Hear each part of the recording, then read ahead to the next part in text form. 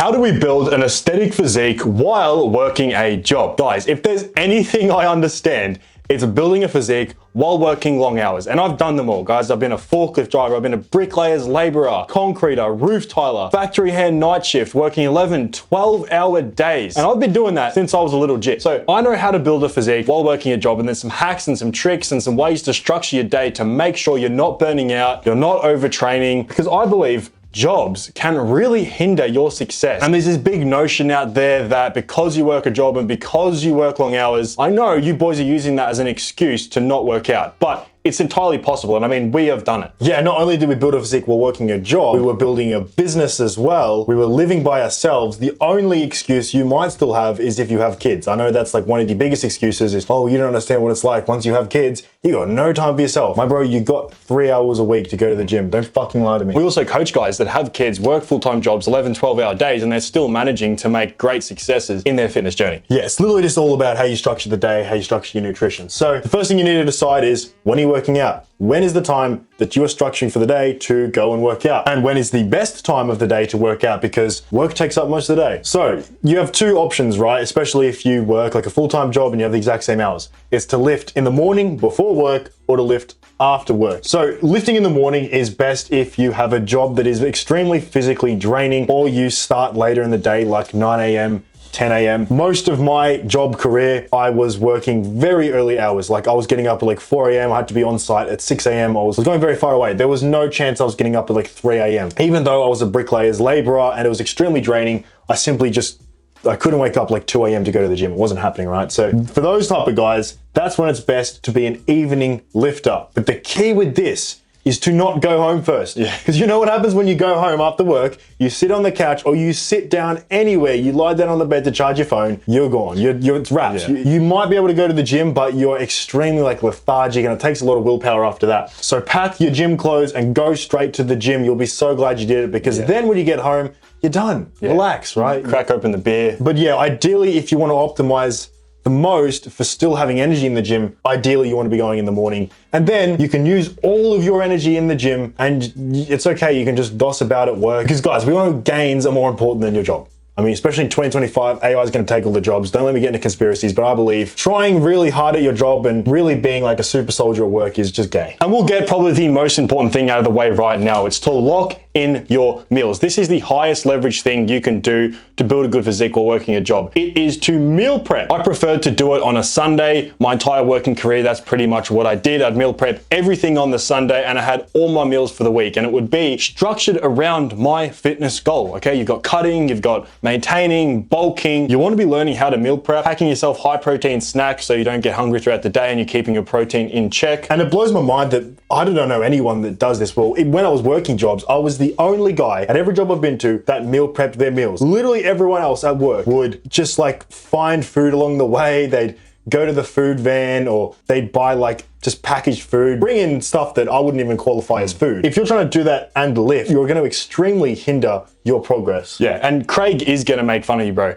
Craig is overweight. He doesn't get sex. He brags about getting his balls itched from his partner. Guys, you don't want to be Craig. You want to be jacked. And why does Craig's opinion matter? Meal prep, okay? I remember when I worked the job, I would literally have these overweight guys making fun of me, like saying, oh, bro, is that all you eat? Bro, how do you eat the same thing every day? You know, it's coming from a place of jealousy, realistically. They want to be locked in, but they just know they'll never be. But this is how you're going to stay in shape. This is how you're going to be consistent. Do not fall for the cravings. Do not fall for the donuts they bring in to reward you for your work for the year. And also make sure it's convenient for the amenities you have at work. Yeah. You know, usually you might only have access to like a microwave and a kettle. Or if you work a trade, which I worked, I didn't even have access to that. I literally didn't have access to any amenities at all. So keep that in the back of your mind. Maybe meal prep meals that are okay to have cold, will last a long time in the lunchbox or in the fridge. When I was a bricklayer's laborer, tuna and rice saved the day, because you can eat it cold. Yes, it tastes like shit, but you can eat it anyway. You can eat it in the car, or if you're a truck driver even. And guys, the last thing on this is do not fall for those easy to go packaged meals, all that bullshit, easy microwave meals. Guys, if you know our channel, you know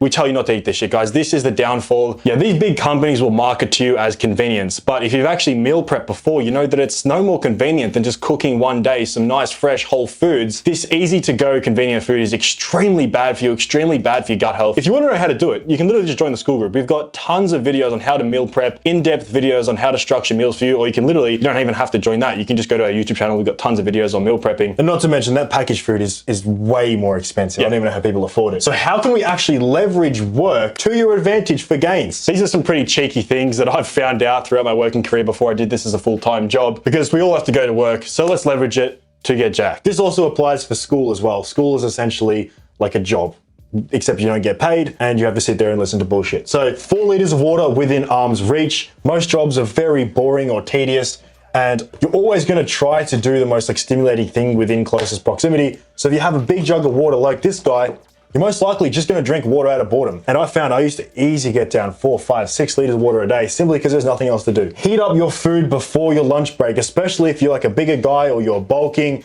You'll know, like when I worked factory hand jobs or any sort of office job and lunchtimes at a certain time, everyone's lining up to use the microwave. Go for a fake toilet break. Put your food in 10 minutes before lunch break, go back in and grab your food. You get your food first and you have all of lunch to eat that, rather than waiting half your lunch break to eat the food, then you've only got 10 minutes left. Yeah, Paul, your manager, is probably going to have a crack at you. He's probably not going to like it, but you know what? Once again, guys, he's not jacked. Do not go to the food van or the cafe down the road to get the bullshit foods. Guys, this food is fucking terrible for you and it's expensive. We already went into this. Go on lunch digestion walks. As we know, it's extremely beneficial for your blood sugar levels, for your digestion, to go on a walk after you've had your meal. And if you're trying to get shredded, you get your extra steps in. This is also great for cardiovascular health as well. Get assigned to the lazier area of the job, or at least try to. This would piss me off with like my manager or my boss. Would try to assign me to like the most strenuous area of the job with the most heavy lifting, simply because I'm like young, athletic, I've got a little bit of muscle, and they would assign me to the worst job and say, oh, well, that's your workout for the day, bro.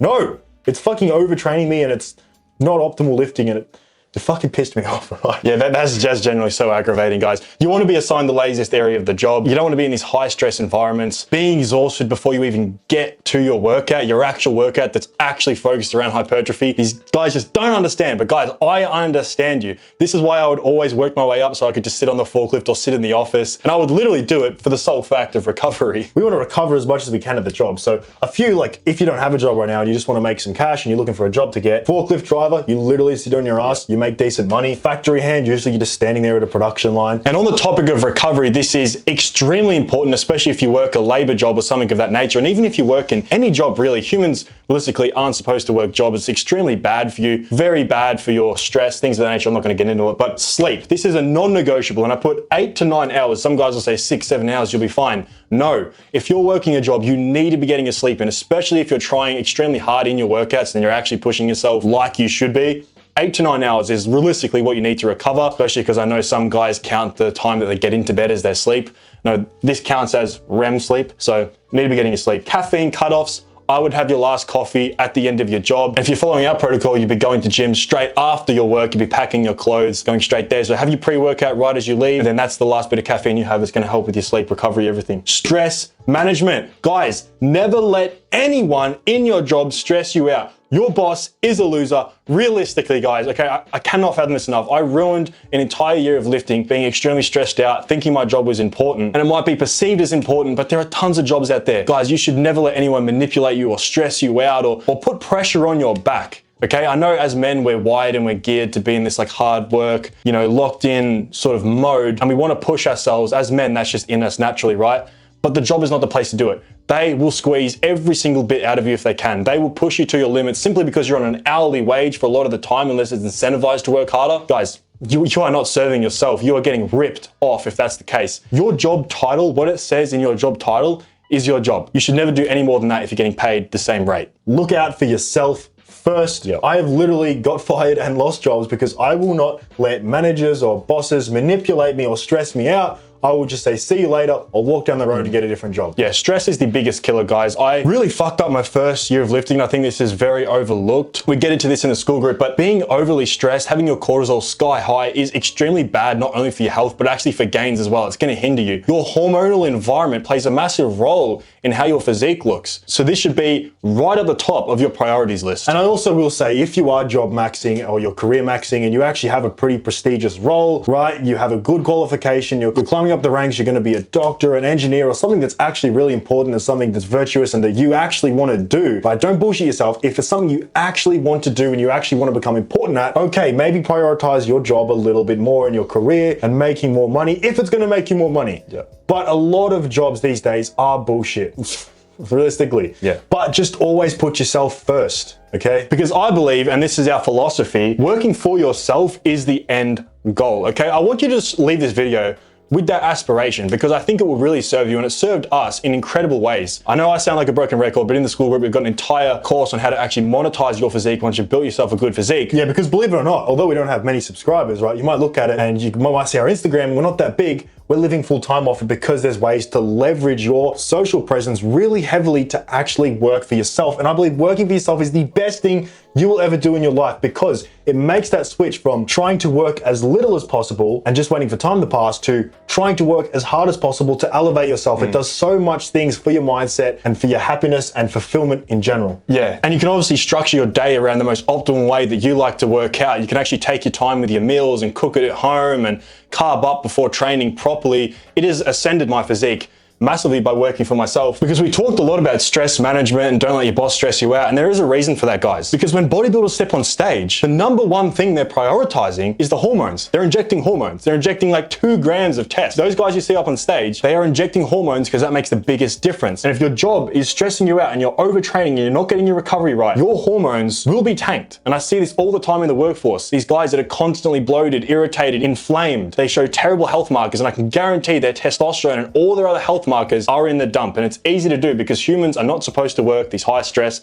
jobs. And probably half of you, I know we have quite a bit of a younger audience, don't even work jobs, or maybe they're in school, or maybe they're just bums living with their mum. This actually applies a lot to school. Yeah. School is just used to mimic the work environment. It's just preparing you for work, essentially. It's just a little bit easier and a little bit less stressful than an actual job. So yeah, you can still use this stuff in school, meal prep, your school lunches, train before school, because school usually starts later in most countries. And that's it, guys. I hope this really helped. If you want the actual tactical things, we'd be here for hours. So that's why we just put it in the school group. It's got hundreds of guys that are in there right now transforming their physiques. And yes, they have jobs and they have kids and they have all these obligations and they don't make excuses. That's why they're actually making these insane transformations. You can click right here to join that right now. It's 80% off. It's not going to be that price forever. If you're watching this later, maybe it might not even be 80% off. But subscribe to the channel and we'll see you in the next one. Peace. Peace.